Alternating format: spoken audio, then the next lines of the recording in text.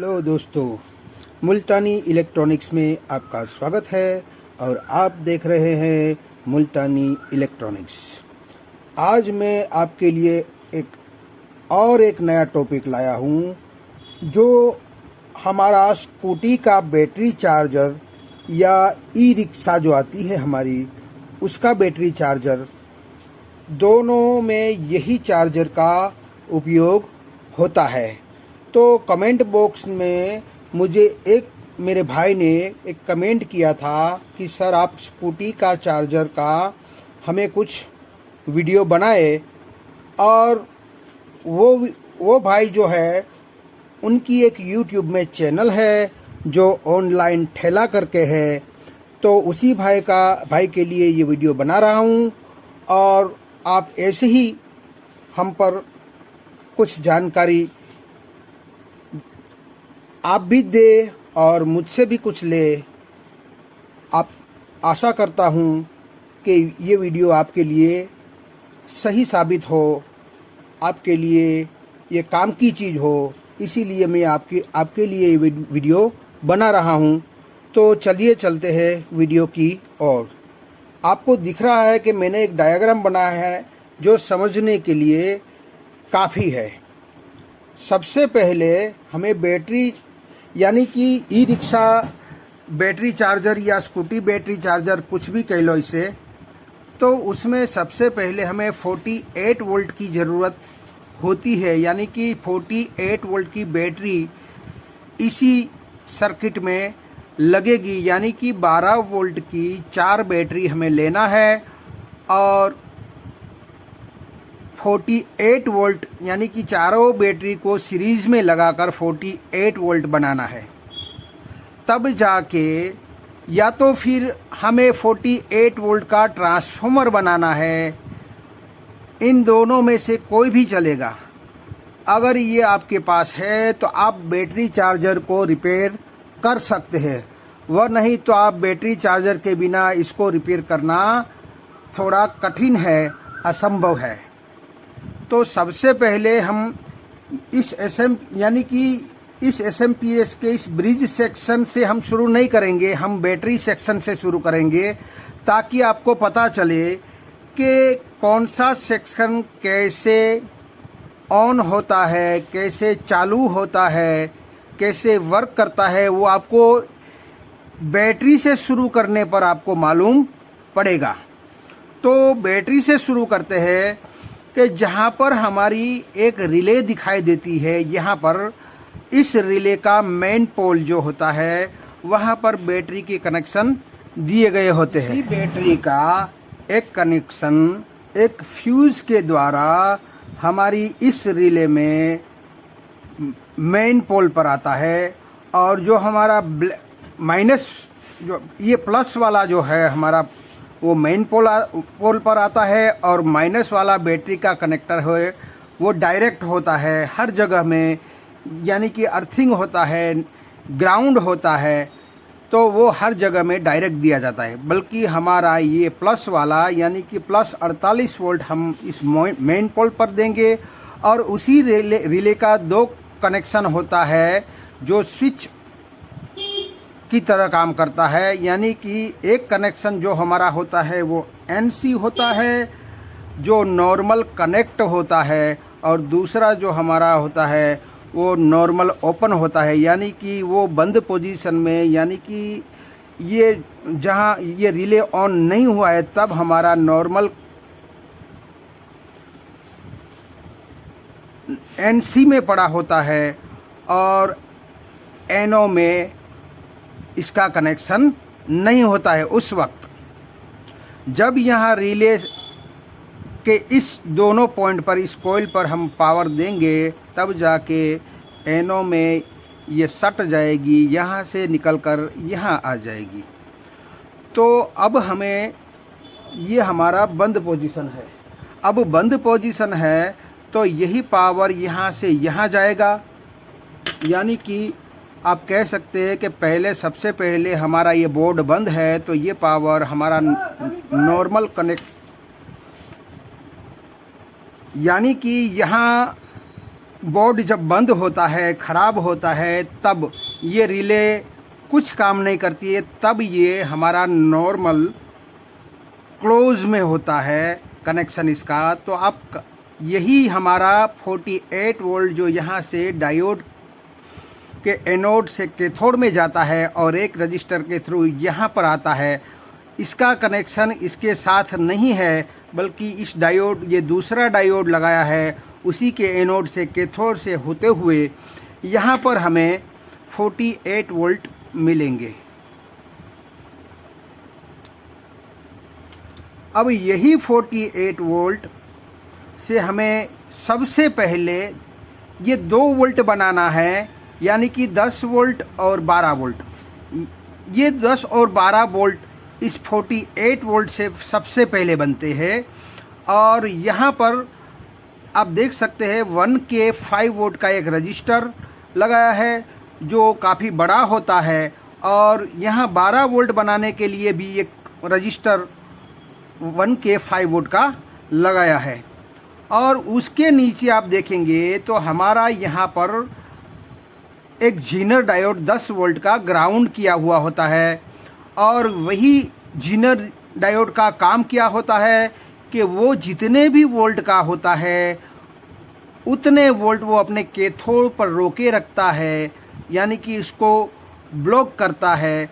और उससे 10 वोल्ट से ज़्यादा जितने भी वोल्ट यहाँ पर आएंगे वो जेनर डायोड अपने से पास कर देगा, यानी कि इसको ग्राउंड कर देगा।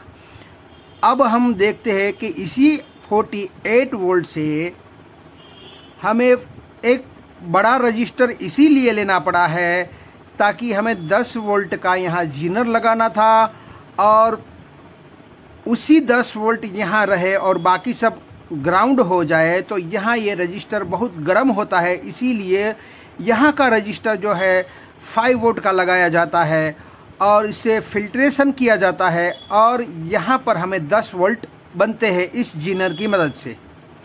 अब यही जीनर जो है हमारा 10 वोल्ट यहाँ बना के देगा, और यहाँ पर एक 7805 आईसी लगी हुई है जिसमें 3 पिनें होती है। एक नंबर की पिन इनपुट पिन होती है, 2 नंबर की ग्राउंड होती है, और 3 नंबर की पिन हमारी आउटपुट होती है जो हमें आउटपुट में 5 वोल्ट देती है। यहाँ पर 7805 लगाया है इसीलिए यहाँ 5 वोल्ट देती है। अगर 7808 लगाया होता तो यहाँ 8 वोल्ट देती। 7812 लगाया होता तो हमें यहाँ 12 वोल्ट देती। तो फिलहाल इस डिज़ाइन को ज़रूरत है 5 वोल्ट की, तो यहाँ 7805 लगाया है और हमें यहाँ पर मिलता है 5 वोल्ट।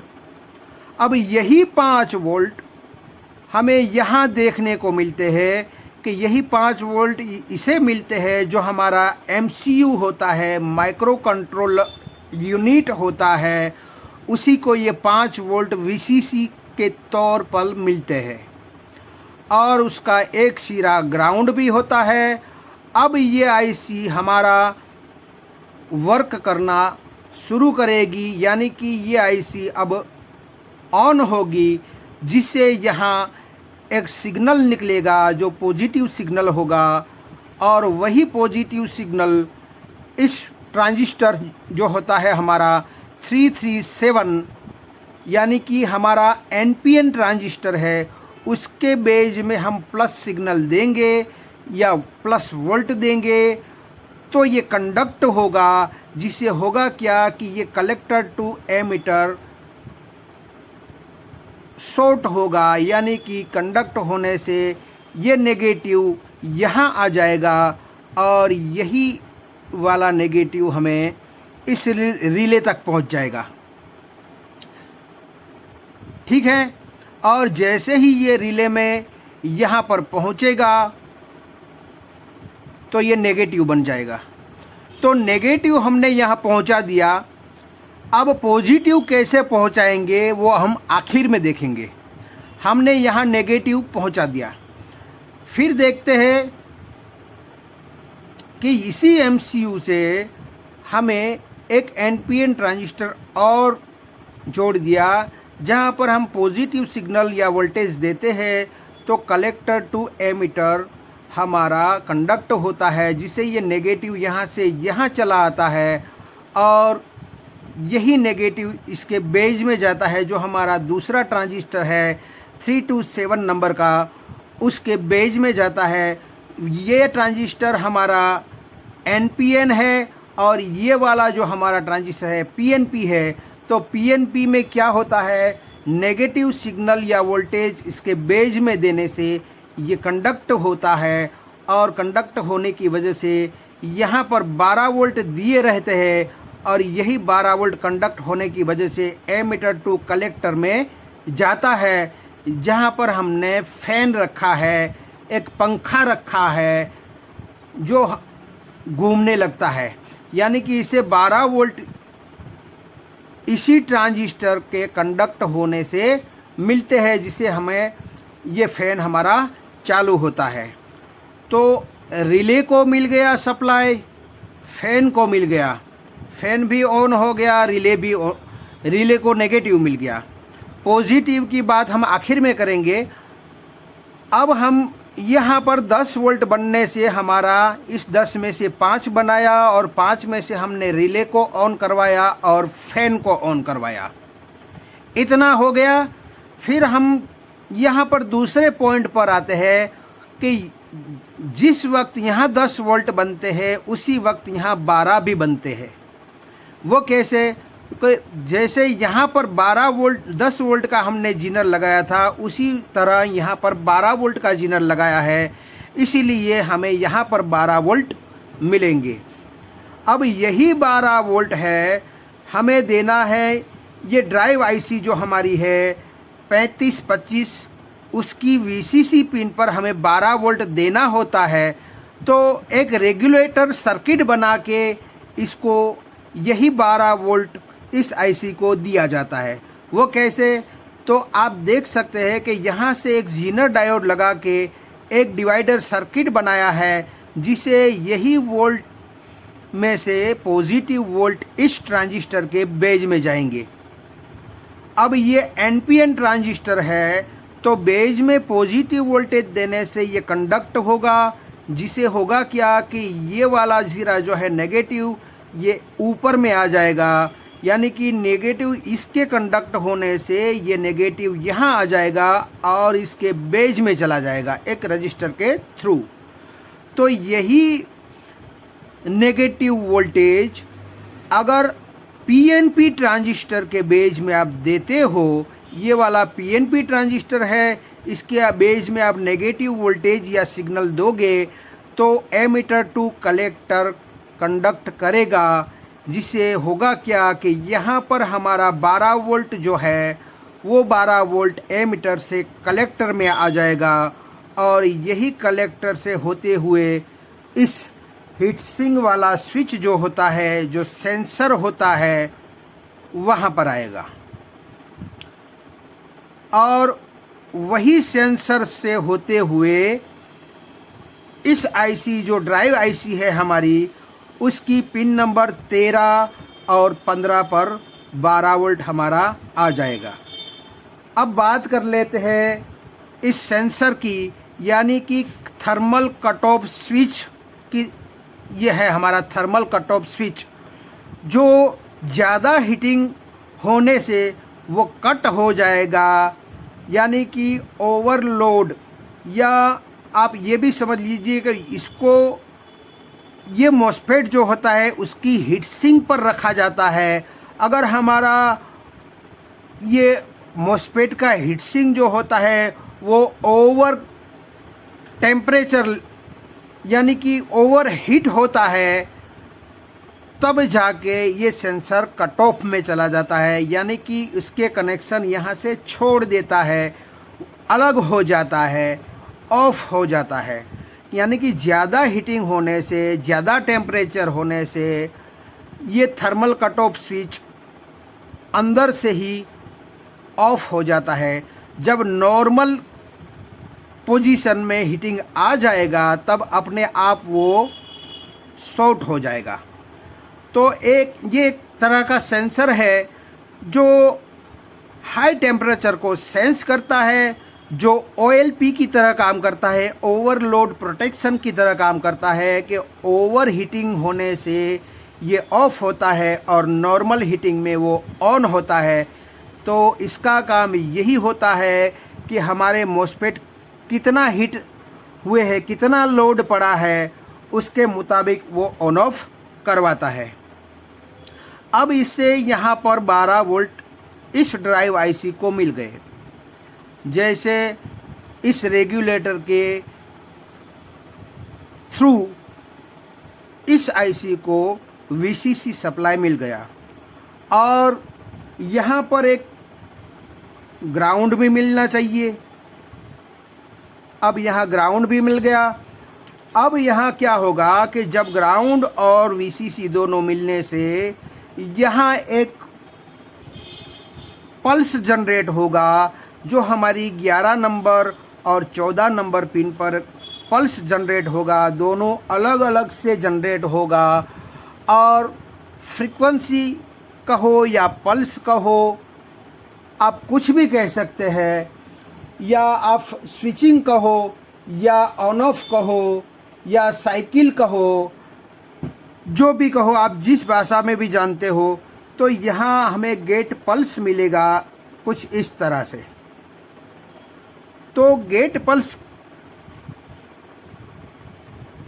कैसे मिलता है, यहाँ का आप देख लीजिए कि कुछ इस तरह से प्रोग्रामिंग किया होता है कि जब यहाँ पर प्लस सिग्नल मिलेगा तब 14 वाली पिन में हमें माइनस सिग्नल मिलेगा, और जब हमें 11 वाली पिन पर माइनस सिग्नल यानी कि माइनस हाफ साइकिल मिलेगा, तो हमारी 14 वाली पिन पर हमें प्लस हाफ साइकिल मिलेगा। कुछ इस तरह से इसको प्रोग्रामिंग किया होता है। इसका स्ट्रक्चर कुछ इस तरह से बनाया हुआ होता है। तो सबसे पहले हम इस ड्राइवर ट्रांजिस्टर में आएंगे कि वो कैसे वर्क करते हैं। बाद में ड्राइवर ट्रांसफार्मर जो 2 लगे हैं, और एक ट्रांसफार्मर के पीछे 2 ट्रांजिस्टर होता है और दूसरे ट्रांसफार्मर के पीछे दूसरे 2 ट्रांजिस्टर होते हैं। तो अब हमें यहाँ पर ये सोचना है कि काम कैसे करेगा। अब मैंने इस साइकिल को कुछ इस तरह से बनाया है। आप देख सकते हैं कि हमारा ऊपर वाला साइकिल ऑन भी कह सकते हैं और नीचे वाला ऑफ भी कह सकते हैं, या इसको पॉजिटिव कहेंगे, यानी कि पॉजिटिव यानी कि प्लस कहेंगे, और नीचे वाली साइकिल को, नीचे वाली हाफ साइकिल को एक यहाँ से लेकर यहाँ का एरिया जो होता है वो हमारा एक साइकिल होता है। अब यहाँ से यहाँ दूसरा साइकिल होता है और यहाँ से यहाँ तीसरा साइकिल होता है। यानी कि जब हमारा 11 नंबर की पिन पर हमारा हाफ साइकिल इतना बनता है, तो नीचे वाले हिस्से में यानी कि 14 नंबर पर हमारा ये वाला साइकिल जो नेगेटिव बनता है, ऊपर वाले में पॉजिटिव बनेगा, तब यहाँ पर नीचे वाले में नेगेटिव बनेगा। जब ऊपर वाले में नेगेटिव बनेगा तब यहाँ पर पॉजिटिव बनेगा। तो इस तरह से कुछ साइकिल बना के रखा है। अब इसी साइकिल को हम 101010 से भी पहचान सकते हैं। तो बात कर लेते हैं कि जब यहाँ पर आप देखें तो जब यहाँ पर मान लीजिए कि यहाँ पर हमारा पॉजिटिव साइकिल बना, यहाँ पर पॉजिटिव बना, तो होगा क्या। अब यहाँ पॉजिटिव बना है तो यहाँ नेगेटिव बना होगा। तो पॉजिटिव साइकिल यहाँ से यहाँ जाएगी और पॉजिटिव वोल्टेज व साइकिल हमारे एनपीएन ट्रांजिस्टर के बेस में आप दोगे तो हमारा ये वाला एनपीएन ट्रांजिस्टर कंडक्ट होगा, जिसे यहाँ से कलेक्टर में 12 वोल्ट दिए रहते हैं। दोनों यहाँ के कलेक्टर में और यहाँ कलेक्टर में पहले से ही 12 वोल्ट दिए रहते हैं। तो ये दोनों, ये कलेक्टर से एमीटर में ये 12 वोल्ट यहाँ पर आ जाएंगे। अब यही 12 वोल्ट जो है हमारा यहाँ पर आ जाएगा और हमें यहाँ नेगेटिव यानी कि यही फ्रीक्वेंसी और वोल्टेज दोनों होंगे। यानी कि इस ड्राइवर ट्रांजिस्टर का काम क्या होता है कि जब यहाँ से हमें फ्रीक्वेंसी मिलती है तो वो कमज़ोर होती है, इसका एम्पलीट्यूड कम होता है, जबकि यहाँ इसको थोड़ा एम्पलीफाई कर देगा जिससे इसका एम्पलीट्यूड थोड़ा बढ़ जाएगा। एम्पलीट्यूड का माना क्या होता है कि यहाँ से यहाँ जो निकलता है वो ऐसा पल्स होता है, मगर ट्रांजिस्टर के थ्रू इतना बड़ा हो जाता है जिसे हम एम्पलीट्यूड कहेंगे। यानी कि ये वाला हिस्सा जो होता है यहाँ से यहाँ तक का वो एम्पलीट्यूड कहलाता है और यही एम्पलीट्यूड को सिग्नल विथ कलेक्टर से एमीटर में चला जाएगा। अब यही सिग्नल और वोल्टेज यहाँ पर मिलेंगे और यहाँ पर हमें नेगेटिव मिलेगा जिससे यहाँ मैग्नेटिक फील्ड उत्पन्न होगा और यही सिग्नल गेट पल्स जो है हमारा सेकेंडरी में फिर से यहाँ पर हमें एसी के रूप में मिलेगा। अब यही गेट पल्स जो हमारा होता है वो इस मॉसफेट पर जाता है। यानी कि यहाँ पर मैंने लिखा है D1 और यहाँ पर भी D1 लिखा है, तो ये वायर यहाँ चला जाएगा और A लिखा है वो यहाँ पर चला जाएगा। जिसे होगा क्या कि इस मॉसफेट को गेट पल्स यहाँ से मिल जाएगा, जिसकी वजह से ये वाला मॉसफेट स्विच करेगा। यानी कि स्विचिंग ये वाला मॉसफेट स्विच करेगा।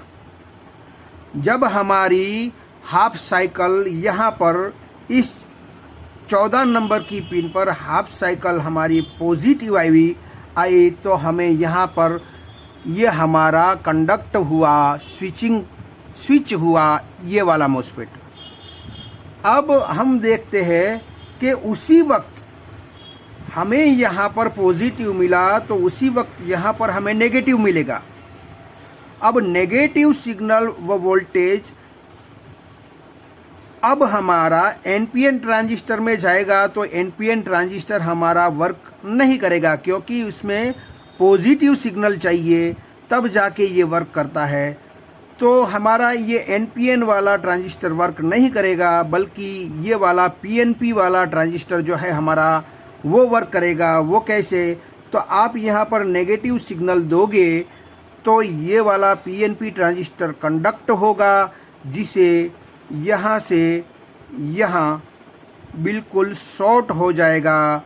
यानी कि एमीटर टू कलेक्टर शॉर्ट हो जाएगा, जिसकी वजह से ये हमारा ड्राइवर ट्रांसफार्मर उस वक्त कंडक्ट नहीं होगा और हमें कुछ भी आउटपुट नहीं देगा, जिसकी वजह से ये हमारा नीचे वाला जो मॉसफेट है वो हमारा ऑफ पोजीशन में रहेगा, वो स्विचिंग नहीं करेगा। अब बात हमने यहाँ पर बताई कि यहाँ पॉजिटिव होगा तब ये ऑन रहेगा और ये ऑफ रहेगा। अब बात कर लेते हैं, हमारा ये हाफ साइकिल पॉजिटिव आया, उसके बाद नीचे वाला हिस्सा जो हमारा नेगेटिव हाफ साइकिल आएगा, तो उसी वक्त यहाँ पर हमें पॉजिटिव साइकिल मिलेगा।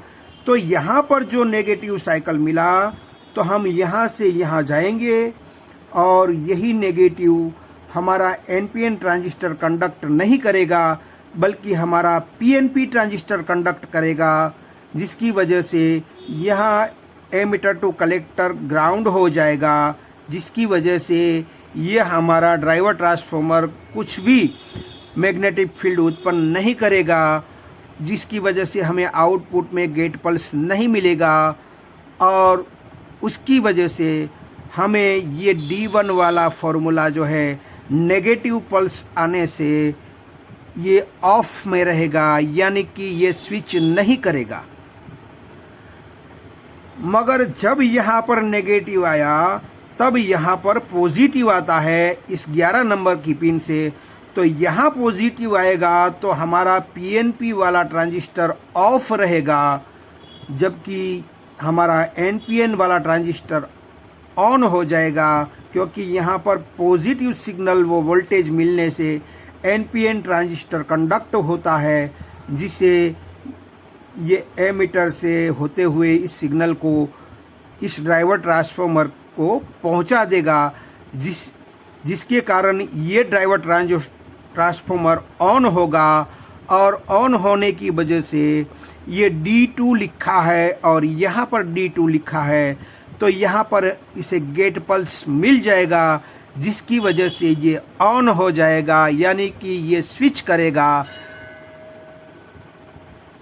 तो आप समझ सकते हैं कि एक बार ये स्विच करेगा, एक बार ये स्विच करेगा, यानी कि पूरी एक साइकिल में, आधी साइकिल में एक मॉसफेट स्विच करेगा, दूसरी आधी में दूसरा मॉसफेट स्विच करेगा, यानी कि एक साइकिल में 2 बार स्विच करवाया जाता है, जिससे हमें आउटपुट में high current, high ampere, high voltage वाला आउटपुट मिलेगा, जो हमारे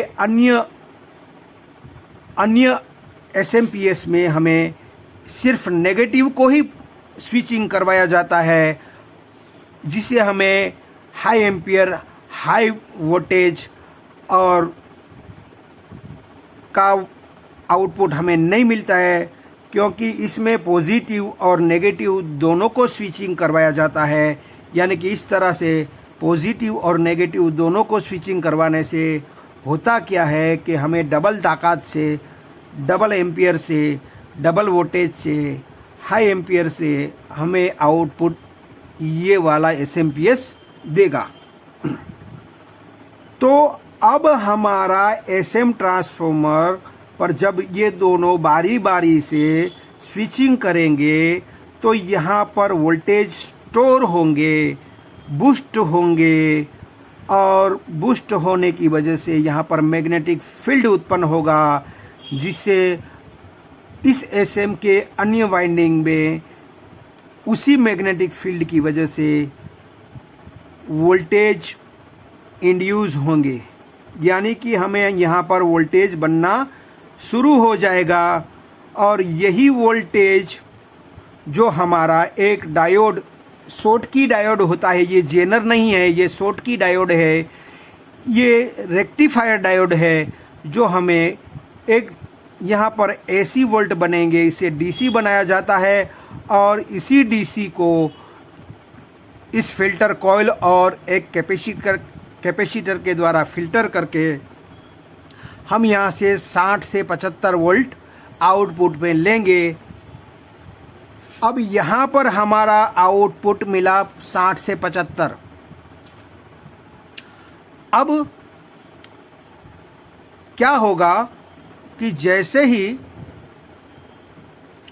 हमें यहाँ पर 60 से 75 मिला, हमारा दूसरा वाइंडिंग है, वहाँ पर भी हमें यहाँ पर 18 वोल्ट या 15 वोल्ट मिलता है। तो यही 18 वोल्ट को एक रेगुलेटर आईसी जो हमारी 7812 होती है, उसकी 1 नंबर पिन इनपुट होती है, जहाँ पर 18 वोल्ट दिए जाते हैं, 2 नंबर की पिन ग्राउंड होती है, और 3 नंबर की पिन हमारी आउटपुट होती है।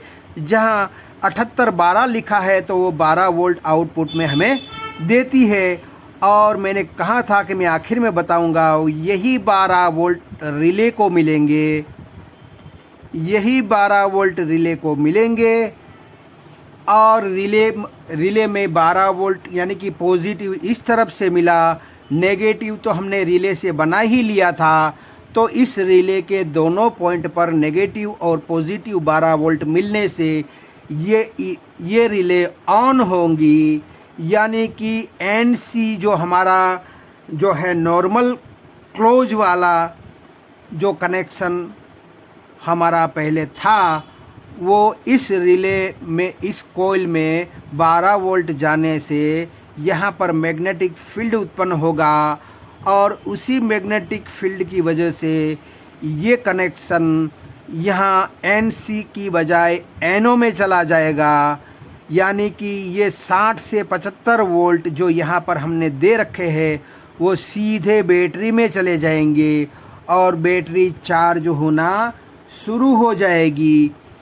तो मैं यहाँ पर आपको एक बता दूं कि यहाँ से इतने हिस्से का मैं अभी नहीं बताऊंगा, इसका वीडियो बनाना बाकी है।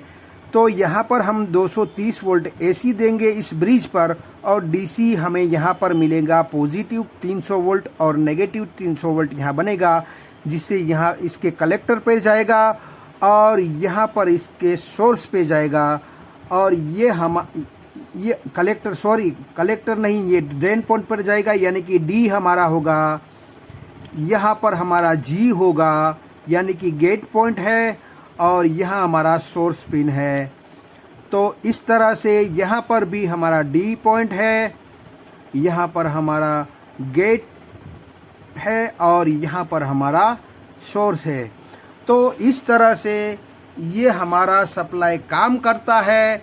और अगर हमें मान लीजिए कि हमारा 33 एम्पियर का चार्जर होगा, तो हमें यहाँ पर जो मोस्फेट लगाना है वो 33N60 लगाना है। अगर हमारा 47 एम्पियर का चार्जर होगा तो हमें 47N60 लगाना है, और हमारा 50 एम्पियर चार्जर होगा तो 50N60 नंबर का ये दोनों मोस्फेट लगाना है। मैं तो ये कहता हूँ कि अगर हमारे पास 30 ओम्स एम्पियर का पावर सप्लाई है तो हम 40N60 लगाए, यानी कि इस एम्पियर से 5-10 ज़्यादा एम्पियर वाला लगाने से हमारा ये बार बार उड़ेगा नहीं और बहुत लंबे समय तक चलेगा।